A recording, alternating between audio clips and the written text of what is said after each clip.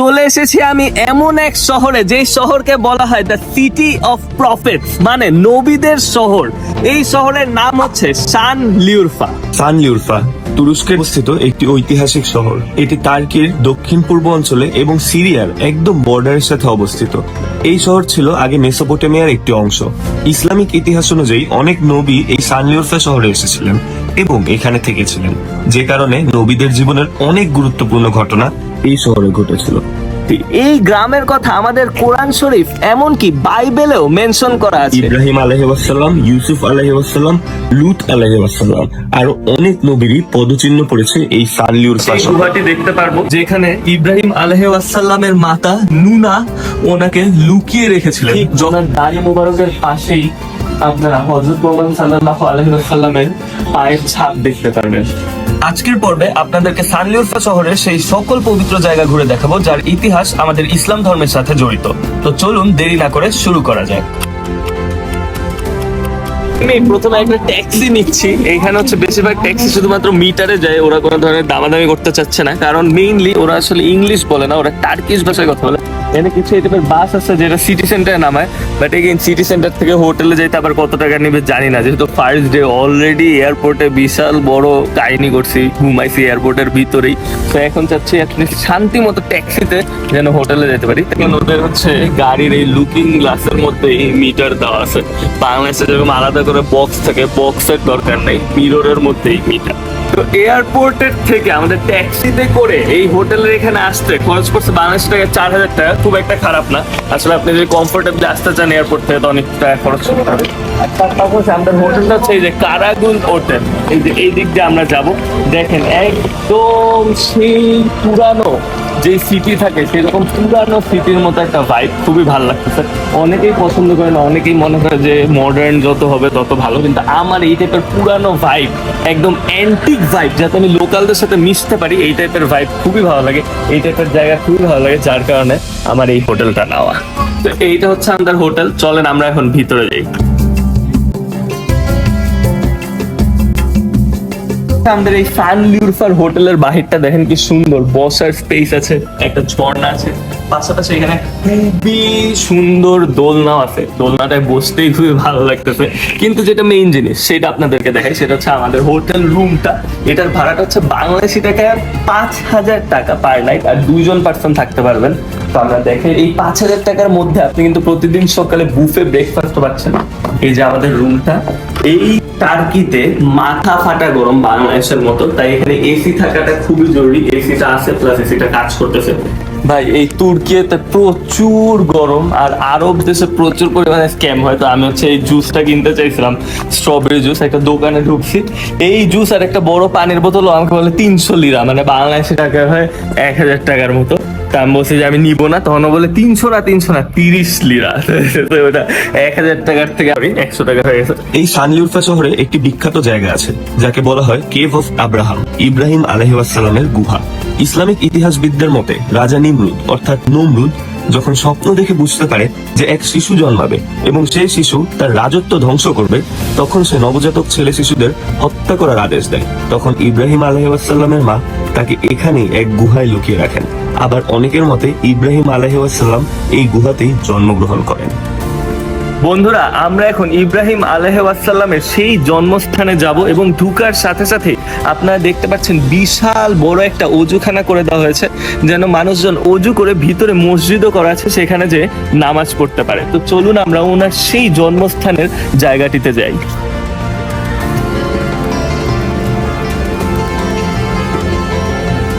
ইব্রাহিম আলাইহিসসালামের জন্মস্থানের ঠিক পাশেই আপনারা দেখতে পারবেন যে বিশাল পরিমাণে কবুতর রয়েছে।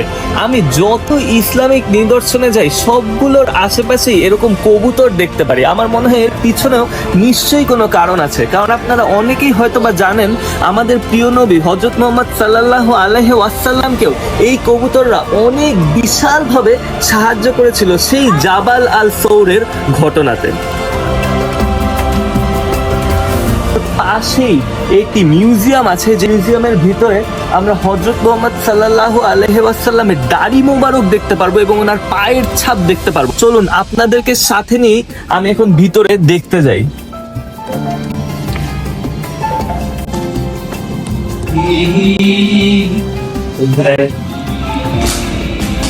এইটাই আমাদের প্রিয় নবী মহানবী হযরত মুহাম্মদ সাল্লাল্লাহু আলাইহি ওয়াসাল্লামের দাড়ি মোবারক। সুবহানাল্লাহ, সুবহানাল্লাহ। আল্লাহ তাআলার কাছে লাখো শুকরিয়া যে উনি আমাকে এই তৌফিক দিয়েছেন যে আমি হযরত মুহাম্মদ সাল্লাল্লাহু আলাইহি ওয়াসাল্লামের দাড়ি মোবারক দেখতে পাচ্ছি। সুবহানাল্লাহ। দাড়ি মোবারকের পাশেই আপনারা হযরত মুহাম্মদ সাল্লাল্লাহু আলাইহি ওয়াসাল্লামের পায়ের ছাপ দেখতে পারবেন। যদি আমি আল্লাহ তাআলার কাছে শুকরিয়া জানাই যে উনি আমাকে এই তৌফিক দিয়েছেন যে আমি হযরত মুহাম্মদ সাল্লাল্লাহু আলাইহি ওয়াসাল্লামের দাড়ি মোবারক এবং পায়ের ছাপ নিজ চোখে দেখতে পেরেছি এবং আপনাদেরকেও দেখাতে পেরেছি। সুবহানাল্লাহ, সুবহানাল্লাহ।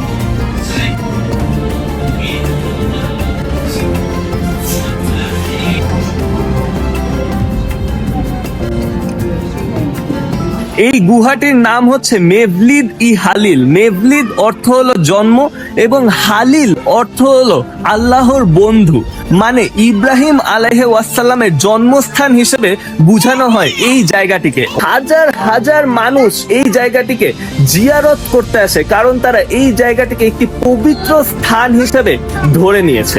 বন্ধুরা, আমরা এখন ঠিক এই গুহার ভিতরেই যাচ্ছি, যেই গুহায় ইব্রাহিম আলাইহি ওয়াসাল্লাম জন্মগ্রহণ করেছিলেন।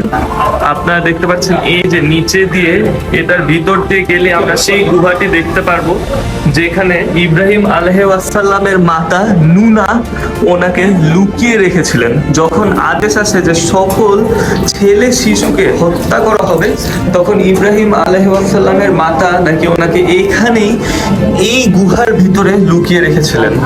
টার্কিশদের মুখে এটাও শোনা যায় যে ওই সময় নাকি একটি হরিণ এসে ইব্রাহিম আলাইহি ওয়াসাল্লামকে এই গুহার ভিতরে দুধ পান করাতেন। আপনারা দেখতে পাচ্ছেন এটি ঠিক সেই জায়গাটি যেখানে নাকি ইব্রাহিম আলাইহি ওয়াসাল্লাম ওনার জীবনে 7টি বছর কাটিয়েছেন।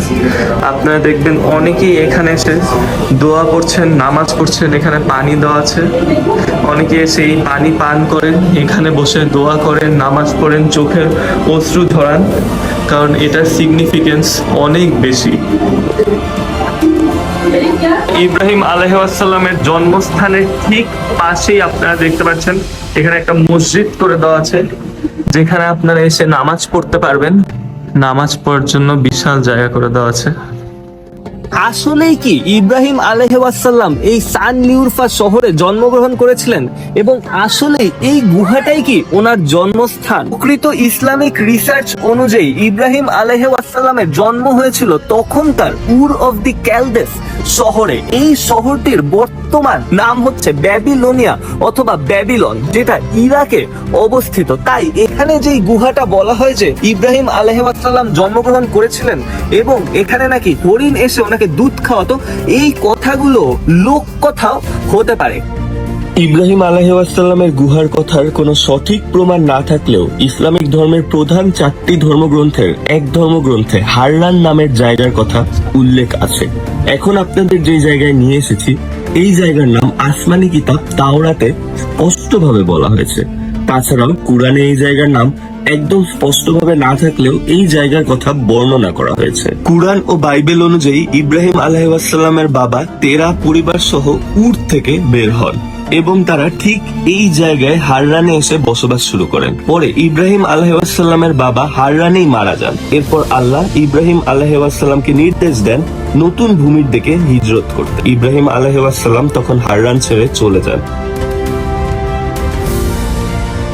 এই সান লিউরফা শহরের পাশেই আছে হাররান নামের একটি গ্রাম, যেই গ্রামে আমরা এখন আছি। এই গ্রামের কথা আমাদের কোরআন শরীফ এমনকি বাইবেলেও মেনশন করা আছে। বলা হয় ইব্রাহিম আলাইহিস সালাম মক্কায় যাওয়ার সময় এই গ্রামে এসে বসবাস করেছিলেন এবং এই গ্রামে আমার পিছনে যেই ঘরগুলো দেখছেন এগুলো ঠিক সেই সময়কার ঘর, কাদামাটির মৌচাকের মতো ঘর, যেগুলো এখন পর্যন্ত ভাঙা হয়নি। সরকার থেকে এখন পর্যন্ত এই ঘরগুলোকে সংরক্ষণ করে রাখা হয়েছে। এই প্রতিটা ঘর সেই পুরান সময়ের ঘর, এগুলোকে কিন্তু ভাঙা হয়নি। এটা ঠান্ডা হয়ে যায়, হয়তো এটা মাটির তৈরি কারণে এটা ঠান্ডা। আপনি বাহিরে যে দেখতে পাচ্ছেন এটা কিন্তু আপনার খড় আর মাটি বাহিরটা, আর ভিতরে পাথর। ভিতরে পাথর দেওয়া আর বাহিরে খড় আর মাটি, যার কারণে সেই রকম ঠান্ডা এই ভিতরের জায়গাটা। এই তখনকার আমলের এরকম যে মানুষ নিচে বসতো ওইটা রিপ্রেজেন্ট করা হয়েছে এখানে। এখন অবশ্যই ওরা বালিশ কুশন এসব দিছে। তারপরে ভিতরে আসুন আমি দেখাই। এই উপরে আপনারা যে গম্বুজগুলা দেখতে পারতেছেন এগুলা কিন্তু এক একটা আলাদা আলাদা ঘর। আমি বাহির থেকে আপনাদেরকে দেখাবো গম্বুজগুলা, কিন্তু আপনি ভিতরে আসেন, এইটা আরো একটা ঘর। তো আসলে ওই সময়কার মানুষ তো একসাথে থাকতো, মানে গ্রুপ করে করে থাকতো। তো ওরা এরকম অনেক গ্রুপ করে করে মানুষজন একসাথে এক একটা ঘরে থাকতো। আর এইটা ছিল ওদের ওই টাইমের কিচেন। আসেন দেখাই, এটা সেই সময়ের কিচেন। ওরা একসাথে সবাই এখানে রান্না করত, একসাথে সকলে মিলে রান্না করত, যেন পুরো এই ঘরে আপনি যতগুলো গম্বুজ দেখতে পাচ্ছেন প্রতিটা ঘরের ফ্যামিলি যেন এসে খেতে পারে। তারপরে আপনাদেরকে দেখে আরেকটু আসেন আমার সাথে। এইটা ছিল ওরা যেখানে আপনার মজলিস বলে, মানে ওরা যেখানে গল্প করত, আড্ডা দিত, একসাথে বসে থাকতো, এই ধরনের মজলিস ছিল এখানে। তো এখন অবশ্যই ওরা কার্পেট টার্পেট কাপড় এসব রাখছে, কিন্তু এইটাই ছিল ওদের মেইন কনসেপ্ট। আপনি দেখতে পাচ্ছেন আমি যে এই দিকটা থেকে ঢুকলাম, এরপরে এই যে এখানে হলওয়ে দিয়ে যে এক একটা রুম, প্রতিটাতে একটা করে গম্বুজ। এই প্রতিটা গম্বুজ ইন্ডিকেট করে যে এটা এক একটা রুম ছিল। আসেন আবার আপনাদেরকে বাহিরে নিয়ে যে গম্বুজগুলা দেখাই।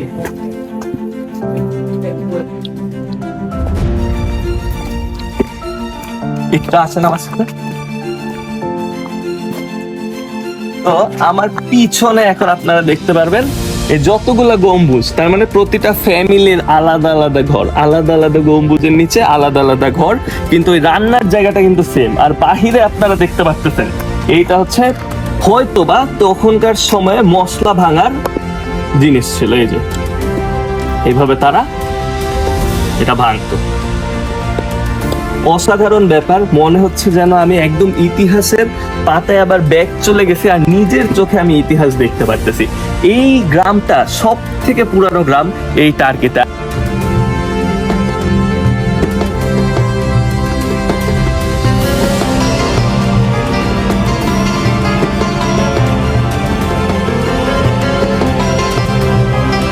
এই গ্রামের মানুষ কিন্তু এখনো উট ব্যবহার করে। আপনি দেখেন এখানে আমরা এসে সেই উট গুলো দেখতে পাচ্ছি, সেই আরবের ঐতিহ্য তুরস্কতে এসেও আমরা দেখতে পারলাম। এই যে দেখেন এই গ্রামে আপনি আরো একটা এরকম গ্রুপ করে, যে আমি বলতেছিলাম আরো একটা জায়গায় দেখতেছেন গ্রুপ করেছিল, এইখানেও আবার গ্রুপ করেছিল। এই সাইডের গুলা ভেঙে গেছে, সব ভেঙে গেছে, কিন্তু এই জায়গাতেও ওরা কিন্তু গ্রুপ করে থাকতো। ইব্রাহিম আলাইহিসসালামের গ্রাম ঘোরা শেষ, আর এখন আপনাদের জানাবো এই সানলিউফা শহরে যদি আপনারা ঘুরতে আসতে চান আপনাদের টোটাল খরচ। বন্ধুরা আপনারা যদি টার্কিতে আসেন তাহলে আপনাদের অবশ্যই সানলিউফা শহরে 3 দিন থাকা উচিত মাস্ট, কারণ এইখানে যেই জায়গাগুলো আছে এগুলো ঘুরতে আপনার মিনিমাম 3 দিন লাগবেই।